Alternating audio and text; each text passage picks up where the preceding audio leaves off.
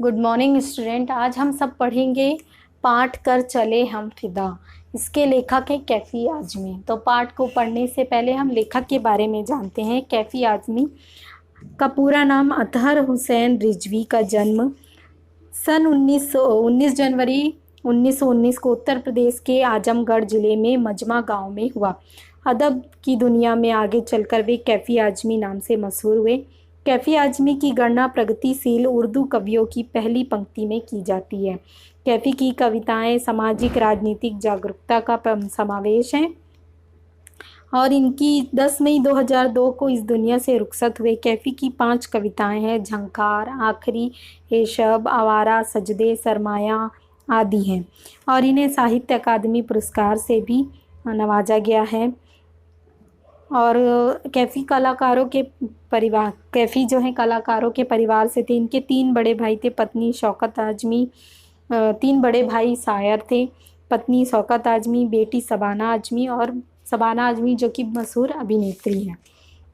तो इस पाठ में लेखक ने यह बताया है कि मतलब जो देश के हर व्यक्ति को लेखक ने जागरूक करने का प्रयत्न किया है कि जो हमारा हिमालय है, ठीक है, अर्थात हिमालय से तात्पर्य हिमालय की चोटी से नहीं है, अर्थात हमें अपनी देश की शान के लिए हमेशा तत्पर रहना चाहिए। अर्थात देश की शान के लिए अगर आवश्यकता पड़े तो हमें अपनी जान को देने के लिए भी तैयार रहना चाहिए। तो चलिए हम पाठ पढ़ते हैं। कर चले हम फिदा जानो तन साथियों, अब तुम्हारे हवाले वतन साथियों। अब यहाँ पे बताया गया है ये वे लोग हैं, अर्थात ये सैनिक लोग हैं। सैनिक लोग बाकी देशवासियों से कह रहे हैं कि कर चले हम जा रहे हैं और ये वतन जो है आपके हवाले कर रहे हैं। सांस थमती गई, नब्ज़ जमती गई, फिर भी बढ़ते कदम को ना रुकने दिया। कट गए सर हमारे तो कुछ गम नहीं, सर हिमालय का हमने ना झुकने दिया। तो यहाँ पे जो सैनिक हैं वह कह रहे हैं कि हमारी सांस थम रही है, हमारी नब्ज यानी नसें रुक रही हैं, ठीक है, फिर भी बढ़ते कदम को हमने क्या किया है, न रुकने दिया। अर्थात जो कदम बढ़ रहे थे उन्हें हमने रोक दिया। कट गए हमारे सर तो कट रहे हैं तो कोई गम नहीं है, पर हमने हिमालय का सर कभी झुकने नहीं दिया।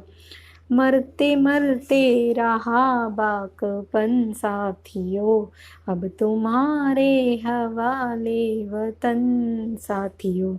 अब यहाँ बताया गया कि वे मर जाने के बावजूद भी अपनी जो कुर्बानियों के बारे में वह कह रहे हैं कि हमने क्या किया है, हम मर भी रहे हैं फिर भी देश की रक्षा करते हुए अपने प्राणों का बलिदान देते हुए जा रहे हैं और ये वतन को तुम्हारे हवाले, अर्थात जो बाकी देशवासी उनके हवाले करते हुए जा रहे हैं। जिंदा रहने के मौसम बहुत हैं मगर जान देने की रुत रोज आती नहीं, हुस्न और इश्क दोनों को रुसवा करे वो जवानी जो खून में नहाती नहीं। अब यहाँ बताया गया है कि जिंदा रहने के मौसम, अर्थात जीवन में ज़िंदगी जीने के लिए बहुत समय है, ठीक है, बहुत सारे मौसम हैं, परंतु जान देने का समय एक ही बार आता है, हर रोज़ नहीं आता। हुस्न और इश्क अर्थात शरीर और प्रेम दोनों को अलग करके हमने जो जवानी है, जो हमारे खून है, उसने हमने क्या किया, उस खून से ही नहा लिया। अर्थात जब किसी को गोली लगती, जब किसी का सर कटता है तो खून निकलता है, तो उस खून से ही हमने अपने आप को क्या कर दिया, नहा लिया। अर्थात यहाँ पे जो सैनिक लोग हैं वे कहना ये चाह रहे हैं कि हमने अपने प्रेम और अपने शरीर के प्रति मोह नहीं रखा, हमने अपने देश के लिए क्या किया, अपने प्राणों का भी बलिदान कर दिया। तो आप लोग भी ऐसे बनिए कि हमने अपने देश के लिए जो किया है तो आप लोग भी ऐसा करिए। वे हमें प्रेरित करने का प्रयत्न कर रहे हैं। आज धरती बनी है दुल्हन साथियों, अब तुम्हारे हवाले वतन साथियों। अब यहाँ पे बताया गया कि आज धरती क्या है, दुल्हन के रूप में है और ये दुल्हन को हम तुम्हारे हवाले कर रहे हैं। किस प्रकार दुल्हन, क्योंकि दुल्हन को देखिए, दुल्हन लाल जोड़े में आती है, ठीक है, तो यहाँ पे धरती क्या है, लाल दुल्हन की तरह सजी है। क्यों सजी है, क्योंकि जहाँ पे हमारे देश के जो सैनिक है वे अपने देश की रक्षा के लिए अपने प्राणों का बलिदान दिए हैं, जिसके कारण चारों तरफ खून की नदियाँ बही हैं।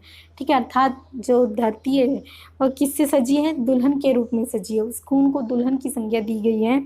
आगे है, राह कुर्बानियों की ना वीरान हो, तुम सजाते ही रहना नए काफिले, फतह का जश्न इस जश्न के बाद है, जिंदगी मौत से मिल रही है गले, बांध लो अपने सर से कफन साथियों, अब तुम्हारे हवाले वतन साथियों।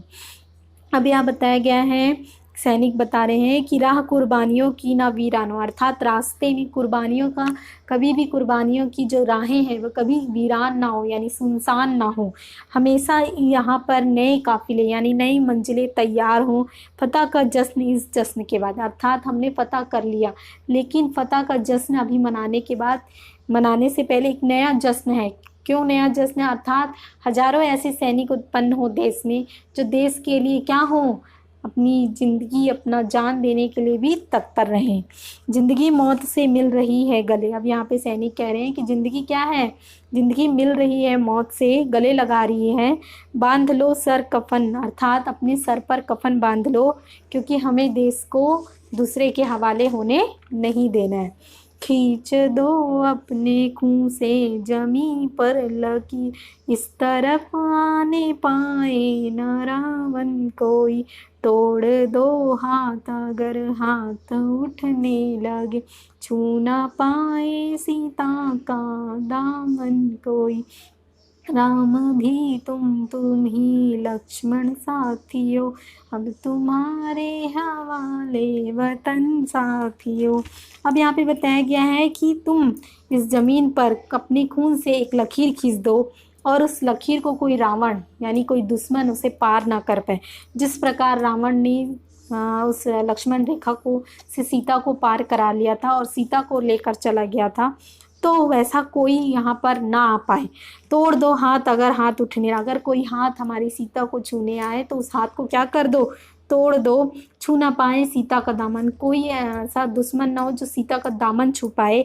ठीक है, क्योंकि राम भी तुम ही हो, लक्ष्मण भी तुम ही हो, अब तुम्हारे हवाले वतन से। अर्थात यहाँ पे जो देशवासियों से वीर सैनिक कह रहे हैं कि हमने अपने प्राणों का बलिदान दे दिया है, अब तुम्हारे भरोसे इस वतन को छोड़कर जा रहे हैं, तो हम यही उम्मीद करते हैं कि आप इस देश की रक्षा करोगे, आप इस देश के लिए अपना जान देने के लिए भी तैयार रहोगे।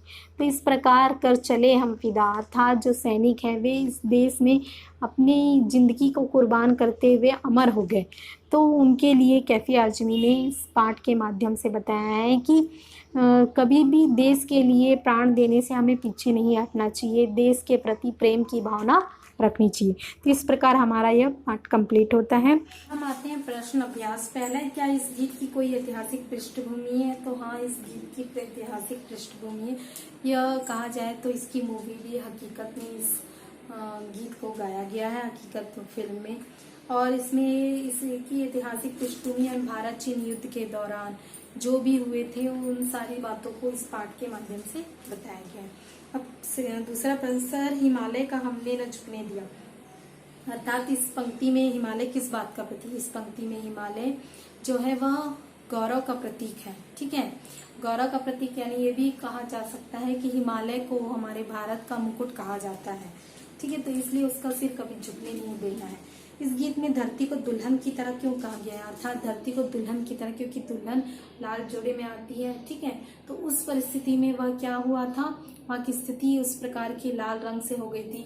और दूसरे प्रकार से यह भी कहा जा सकता है कि जो धरती है वह हमारी भारत की जो धरती है उसमें हर प्रकार के अन्न धान सभी हैं, हर प्रकार से हरियाली, हर प्रकार से मतलब साज सज्जा से, आभूषण से, हर प्रकार से वह सुसज्जित है, इसलिए कहा गया। गीत में ऐसी क्या खास बात होती है कि वे जीवन भर याद रह जाती? क्योंकि गीत में यह खास बात है कि इस गीत में जीवन और मरण दोनों निश्चित हैं, परंतु अगर हम मर कर किसी के लिए अच्छा करते हैं तो वह क्या है, वो मरना बहुत उचित है। अब आगे, कवि ने साथियों संबोधन का प्रयोग किसके लिए किया? कवि ने साथियों संबोधन अर्थात बाकी देशवासियों के लिए कवि ने कहा है। कवि ने इस कविता में किस काफिले को आगे बढ़ाते रहने की बात की? कवि ने इस कविता में काफिले मतलब बलिदान का जो एक दौर है उस दौर को कभी ना टूटने देने की बात कही है। इस गीत में सर पर कफन बांधना किस ओर संकेत? इस गीत में सर पर कफन बांधना इस गीत में यही सिद्ध करता है कि हमें हमेशा अपने दुश्मनों से लड़ने के लिए तैयार रहना है। कभी ये नहीं सोचना है कि मृत्यु आ जाएगी तो हमारा क्या होगा, बल्कि देश के लिए हमें अपने प्राणों का बलिदान देना है। आगे है, इस कविता का प्रतिपाद्य अपने शब्दों में कीजिए। अर्थात इस कविता में यही बात बताया गया है कि जीवन तो जन्म और मरण दोनों निश्चित है। अगर हम जीते जीते किसी के लिए बलिदान दे दें तो वह मरना बहुत ही क्या है, हमारे लिए बहुत श्रेष्ठ है। इस प्रकार हमारा यह पाठ कंप्लीट होता है। Thank you.